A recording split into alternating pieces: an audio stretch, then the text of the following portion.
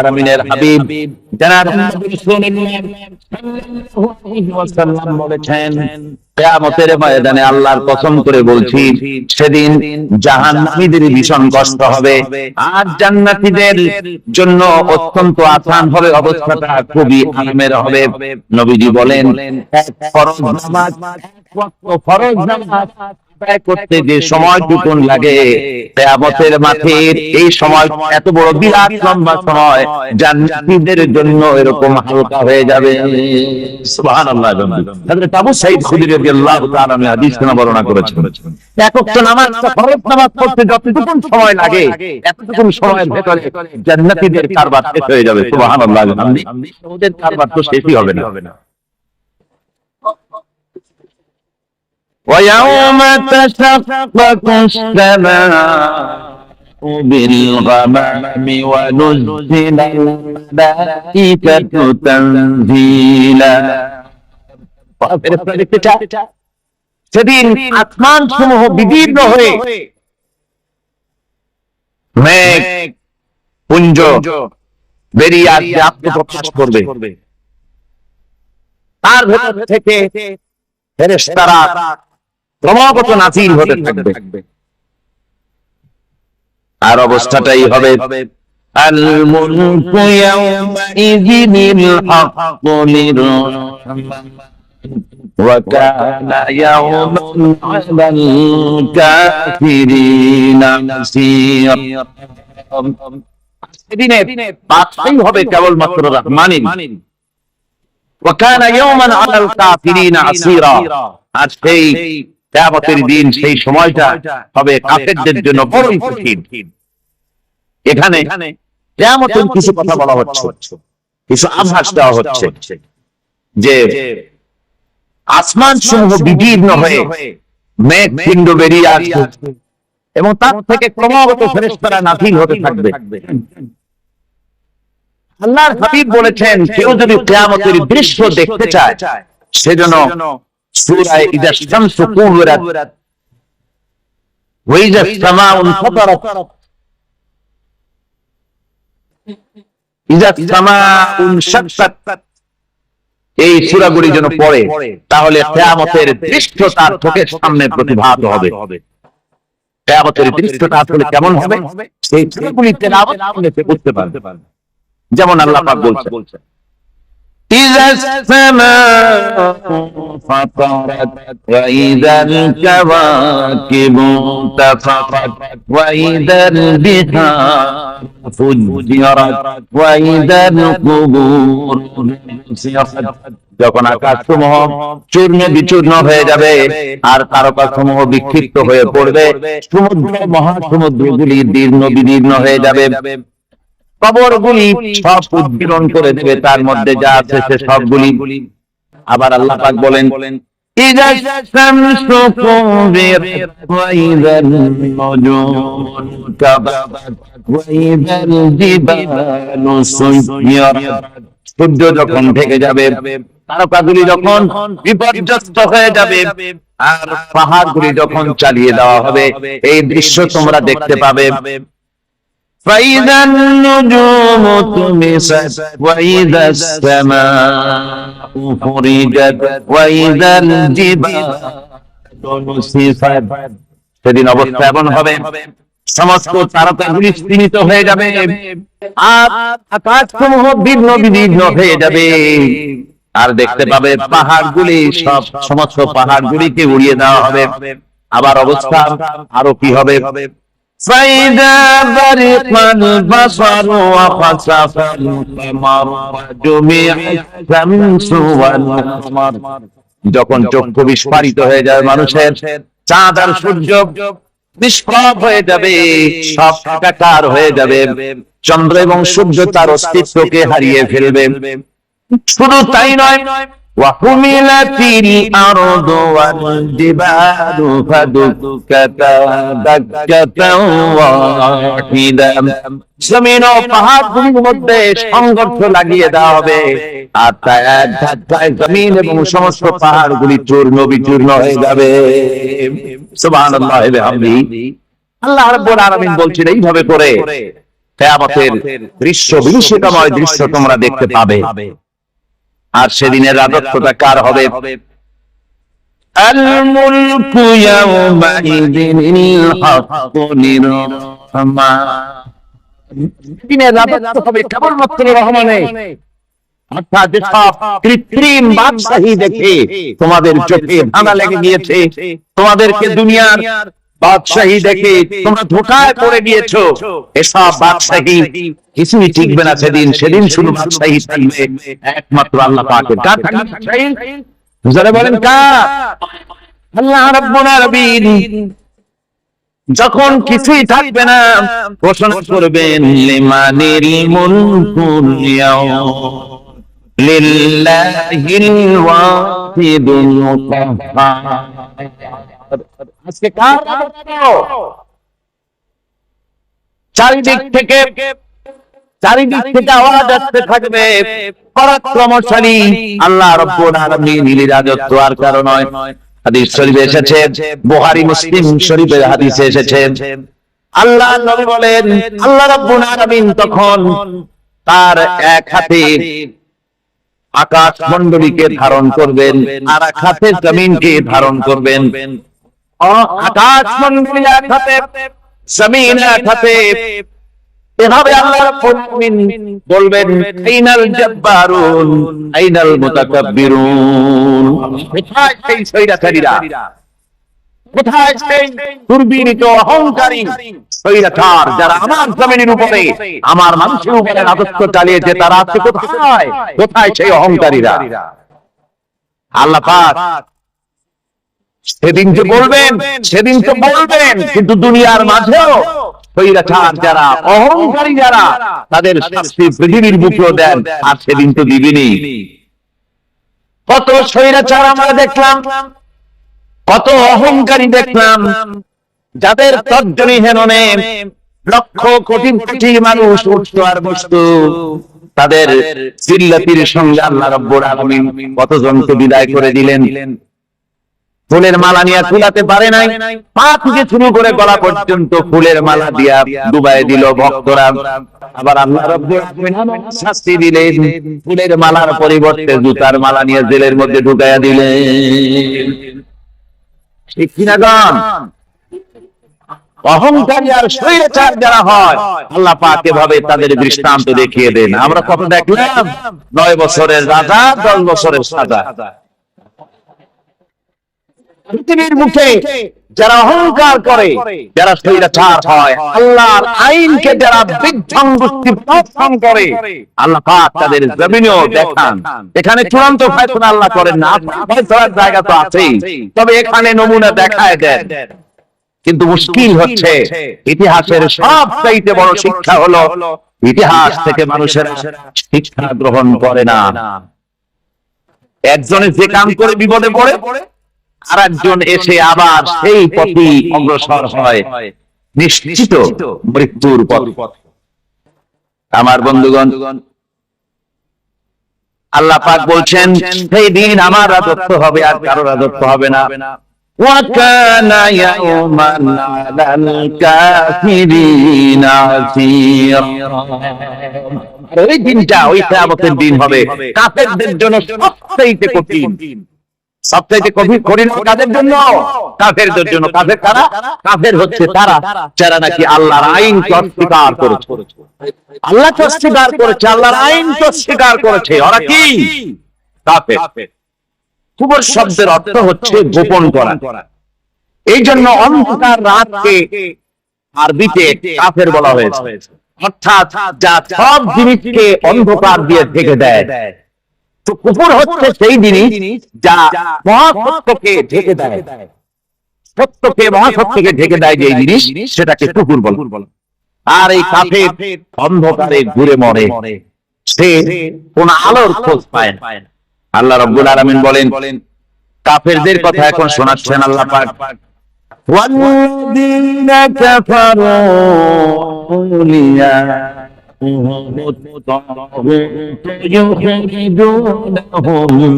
মিনান নূরি ইলাজ যুলুমাত।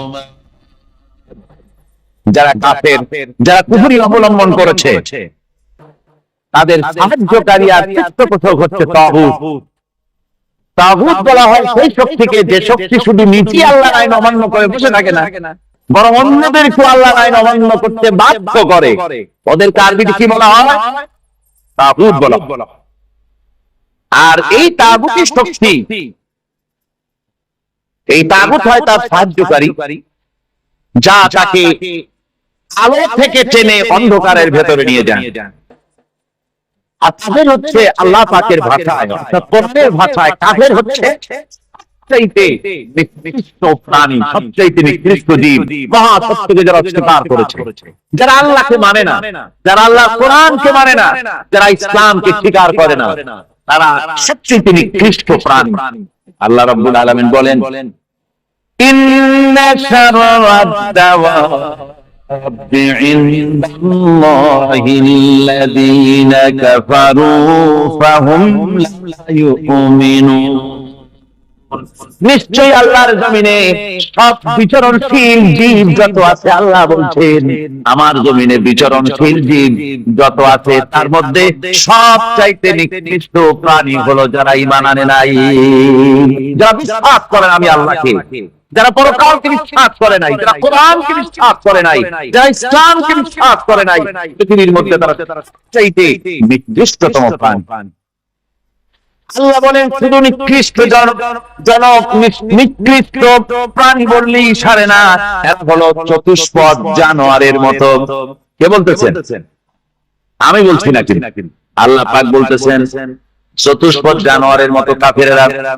وَمَثَلُ الَّذِينَ كَفَرُوا كَمَثَلِ الَّذِي يَنْعِقُ بِمَا لَا يَسْمَعُ إِلَّا دُعَاءً নিদা। এই কাফেরদের দৃষ্টান্ত হচ্ছে সেই রাখালের মতো, যে রাখাল তার পশুদেরকে ডাকে আর ওই পশুরা একটা ডাক করে মাত্র, কিন্তু কি যে বলে তা তো পশুতে বোঝেন। ভালো বুঝতে পেরেছেন?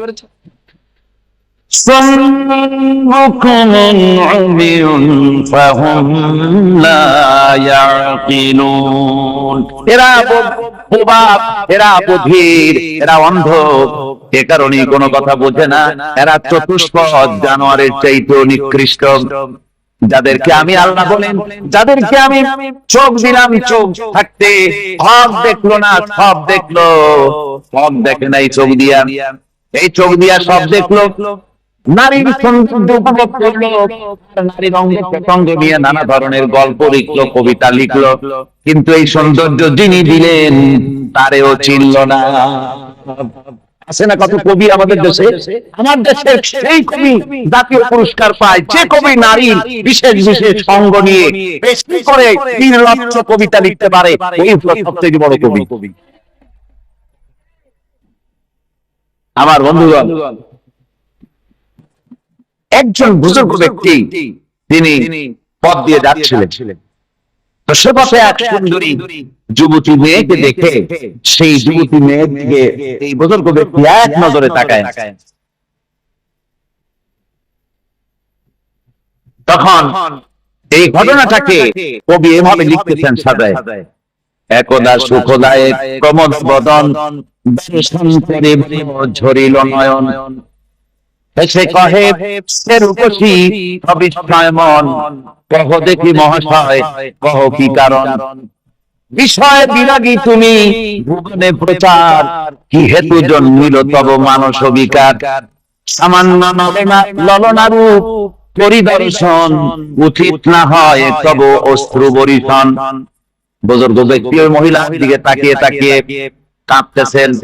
সুন্দরী মহিলা বলেন, আল্লাহর বুজুর্গ বান্দা, আপনি এলাকার ভিতরে বুজুর্গ এবং পীর হিসাবে, বুজুর্গ ব্যক্তি হিসাবে আপনি বিখ্যাত, আজকে আমাকে এখানে দেখে আপনি আমার দিকে তাকায় আমার রূপ উপভোগ করতেছেন, কাঁদতেছেন। আপনার মতো সংসার বিরাগী মানুষ আমার মতো একটা সুন্দরী মেয়েকে দেখে ভাবে কাঁদা ঠিক না। বুজুর্গ ব্যক্তি বলছেন, হেসে কহিলাম করহ শ্রবণ, নেত্র ঝরে তবু হেতু ভেব না এমন, যে ছিল ছিল ওই সুধাংশুর বদন, তরে ঝরে নেত্র নয়নে জীবন। আল্লাহর বান্দী, আমি তোমাকে দেখি কান্দি না, আমার চোখে পানি বেরিয়ে গেছে। তোমারে দেখে আমি মনে মনে ভাবলাম, এত সুন্দর করে যিনি মানুষ বানিয়েছেন, না জানি ওই আল্লাহ রাব্বুল আলামিন কত বড় সুন্দর। আমার ভাইয়া, সুতরাং চোখ থাকতে ওরা আল্লাহ রাব্বুল আলামিনের কুদরত ওরা দেখে নাই, কান থাকতে কোরআনের আওয়াজ ওদের কানের মধ্যে ঢোকে নাই, বিবেক থাকতে আল্লাহর দ্বীনকে বুঝতে পারে নাই, চিন্তা করতে পারে নাই। আল্লাহ রাব্বুল আলামিন বলেন, উলাইকা কাল্লাম, এরা হলো চতুষ্পদ জানোয়ার, বাল হুম আদাল, শুধু জানোয়ার না, জানোয়ারের চাইতেও নিকৃষ্ট। এমনই জানোয়ার, আল্লাহ বলেন শুধু জানোয়ার না, জানোয়ারের মতো শুরু খায়, জনমের মতো।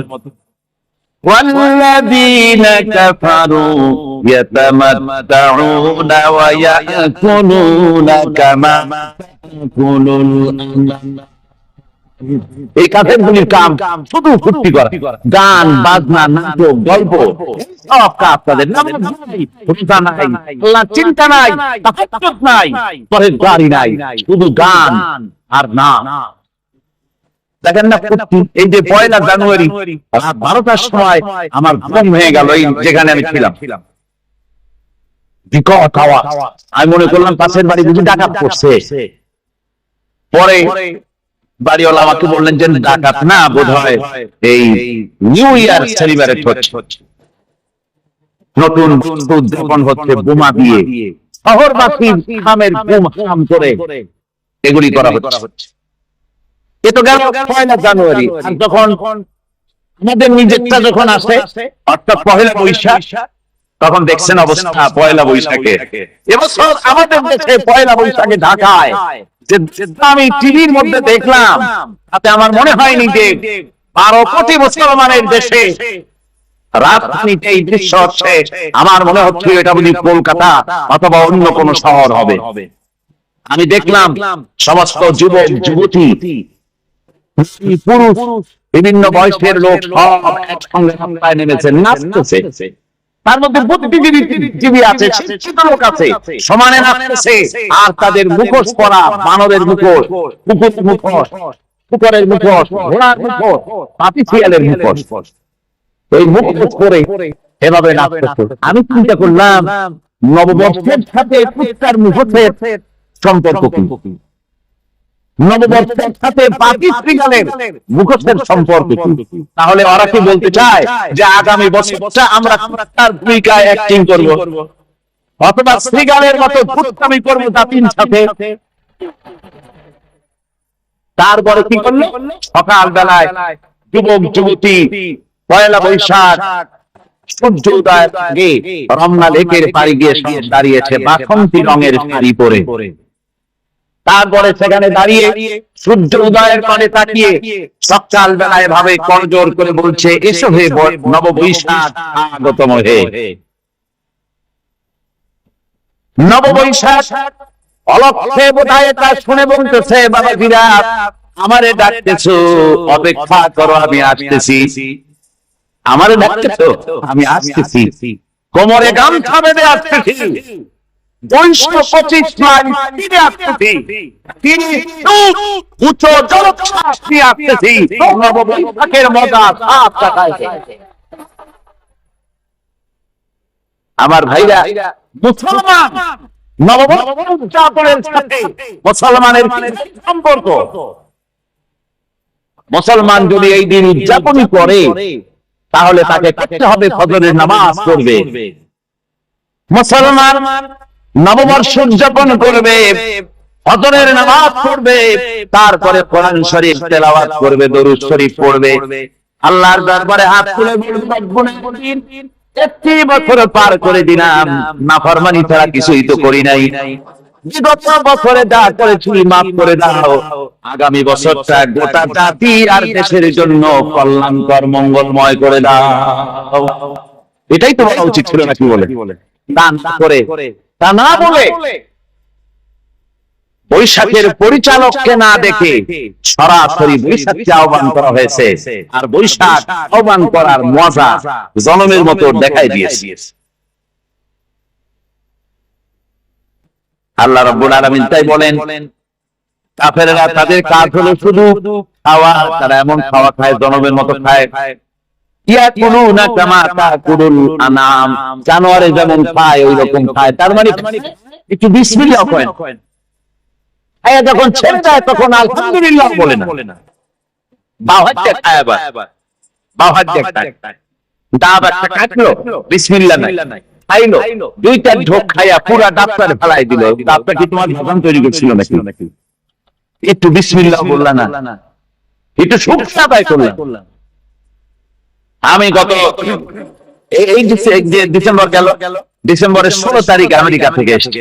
ওখানে দেখলাম তারা প্রতি নভেম্বর মাসের শেষ বৃহস্পতিবার থ্যাঙ্কস গিভিং ডে অবজার্ভ করে।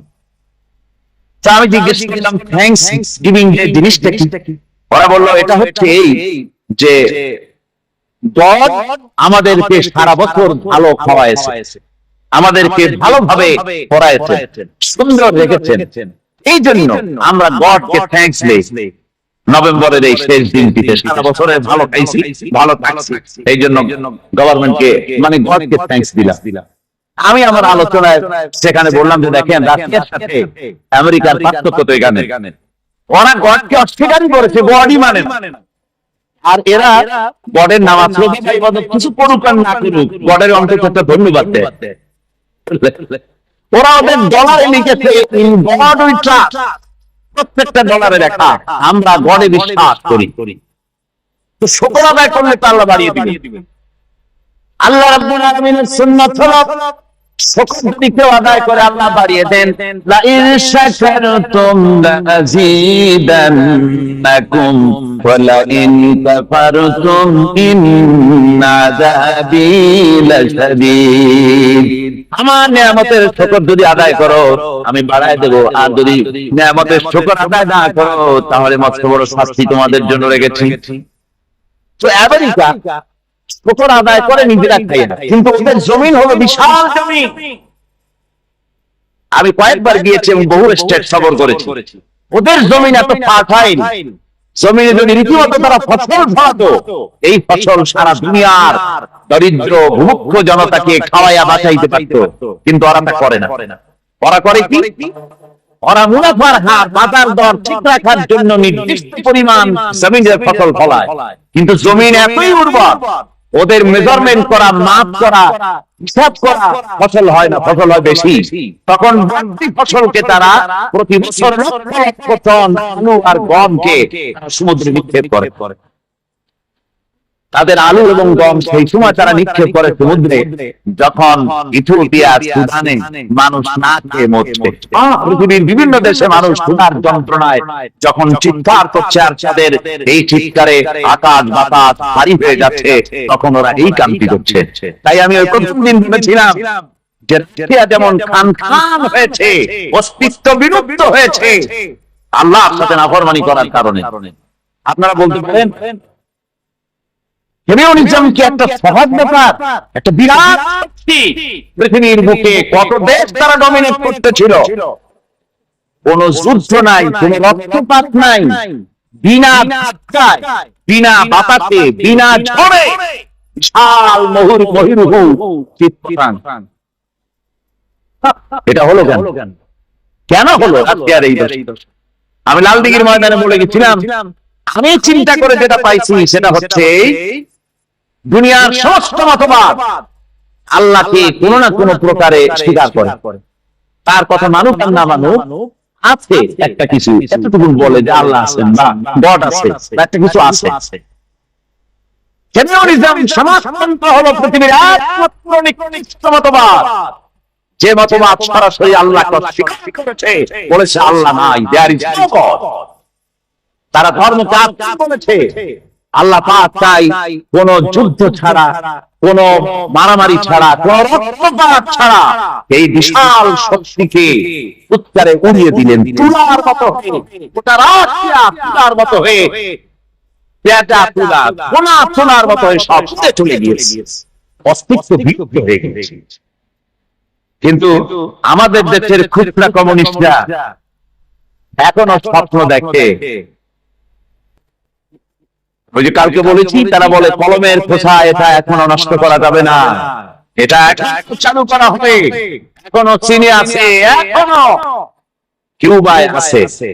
ওই কিউবা থেকে চীন থেকে ফিদেল কাস্ট্রোর একটু আওয়াজ শোনে, চীন থেকে মিস্টার ব্যাং না কি জানি না, ব্যাং এর আওয়াজ শুনে আর তাই মনে করে এ বুঝি সমাজতন্ত্রের বিজয়ের গান। না, চীন থেকে আর কিউবা থেকে যে আওয়াজ উঠতেছে, এই আওয়াজ সমাজতন্ত্রের বিজয়ের আওয়াজ নয়, এটা হলো সমাজতন্ত্রের মরণ যন্ত্রণার গোঙানির আওয়াজ।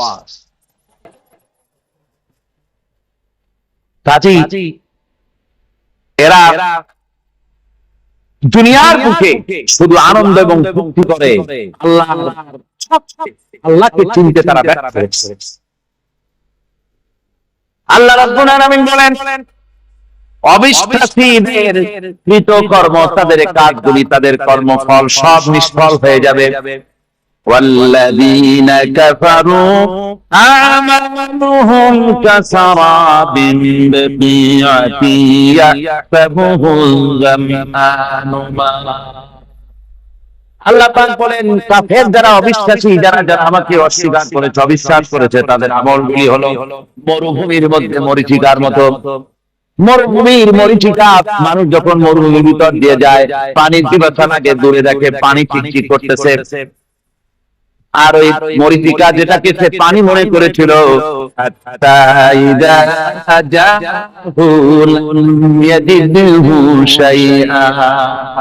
যেটাকে সে পানি মনে করে ছুটতেছিল, যখন কাছে গেল, আল্লাহ পাক বলেন কিছুই সেখানে পায় না, শুধু মরীচিকা, বালু আর বালু।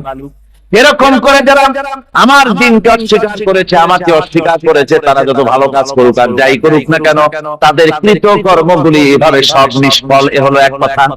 2 নম্বরের কথা হলো, ওরা মনে করেছিল সমাজতন্ত্র শান্তি দেবে, কমিউনিজম শান্তি দেবে, সোশ্যালিজম শান্তি দেবে, ক্যাপিটালিজম শান্তি দেবে।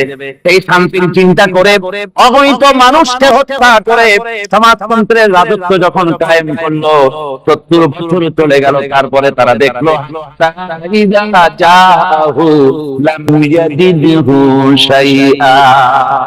কিছুই পেল না, তারা যন্ত্রণায় মরল, কাপড় নাই, খাবার নাই।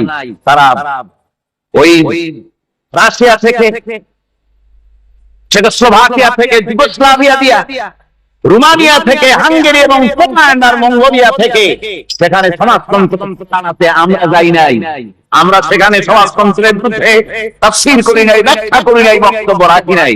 ওই সব দেশ থেকে সমাজতন্ত্র তাড়াইছে কে? তারা তাড়িয়েছে? না না, ওরা নিজে, সেই দেশের জনগণ এটাকে উৎখাত করেছে তাদের জমিন থেকে।